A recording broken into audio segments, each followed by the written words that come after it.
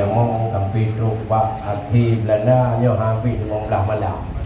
Semuanya mungkin secara singkat tuan baca kehormatan yang paling rayu kan tim undang tuan kena mungkinnya pernah dengar karenanya sabah seni tutur juga yang berkembang jamun termasuk dalam bahasa Islam dengan nadam-nadam yang bermanfaat bagi kita. Cuma yang sejarah kanan muda dan sejarah-sejarah lain le dalam hidayat, tetapi mungkin dah bahas bahuranya bahagianya menghinggapi wate jeng kampung silang lewat waktu limau wate hidayat. Alhamdulillah Allahu Rabbi yang maha suci maha kuasa bandu megedanya ayah ngon umi puja ilahi wajib gada karena rahmat ni'mal lugbi oleh ilahi kepada hamba wajib datanya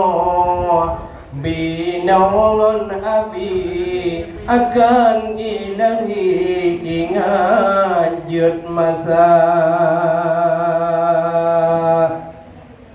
sulawat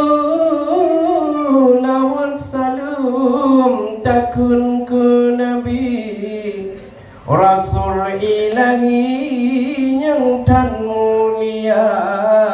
serta sahabat muhat hai abi olehnya lagi ngon keluarga para ulama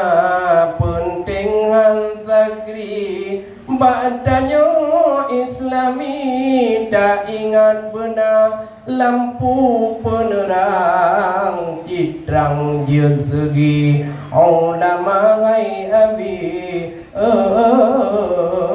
penting lagoina kru semangat rahmat mengkadawa niba uranya jrotan acara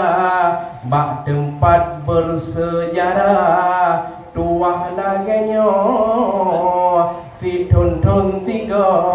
musapat dumna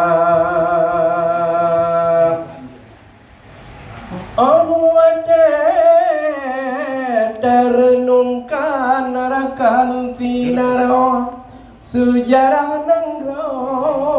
daru ia mata lage bunona gebahas ka oleh doktor akan generasi danyo sedih lagoina yang di ke museum dum ada nangro jeda kalon hai ada sejarah bangsa yang lagi meriam naga tulis hai ada penegot gedanyo iyo saboh masa perang Portugis naga bahas buno lon jauh pulau Pangkor yo saboh masa lewat ulumu di sinan na pulau di pulau Pangkor Nanggro Malaya finana teguh wahirakan raw mudulih nan panglima gedanyo yang syahid saboh masa bakyak bantu kedeh mucih saboh raw Portugis diwa kedeh lam tema mutulih nan pahlawan panglima perang gedanyo memacam bagot nan nalun baca mulai Ibrahim na Mansur na memacam bagot nan urung gedanyo jut figo neja awi zada nyo